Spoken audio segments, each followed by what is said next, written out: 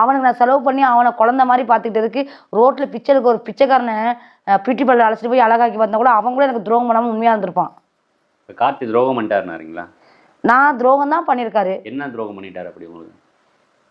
அவர் என்னை கெட்ட கெட்ட வார்த்தையில் பேசுறதே மிகப்பெரிய ஒரு துரோகம் தான். அவ்வளோ அசிங்கப்படுத்துறாரு, இப்படி பண்ணுறாரு, அப்படி பண்ணுறாரு. கேட்டால் என் பொண்டாட்டியில் நீ வரணும்னு தான் நான் இவ்வளவும் பண்ணுறோம்மா. போனதுக்கப்புறம் நேரில் பொண்ணு வச்சுப்பேன்.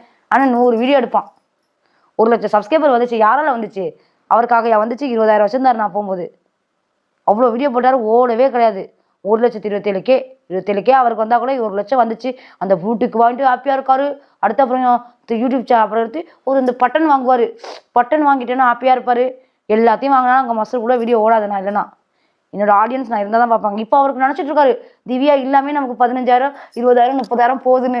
அறிவு கட்ட மூதேவி, சேனல் ஒரு வாட்டி பீக் ஆனிச்சுன்னா 3 மாதம் ஆகும். 3 மாதம் அதுலேருந்து ரிவென்யூ வரும், வீடியோ ஓடும்.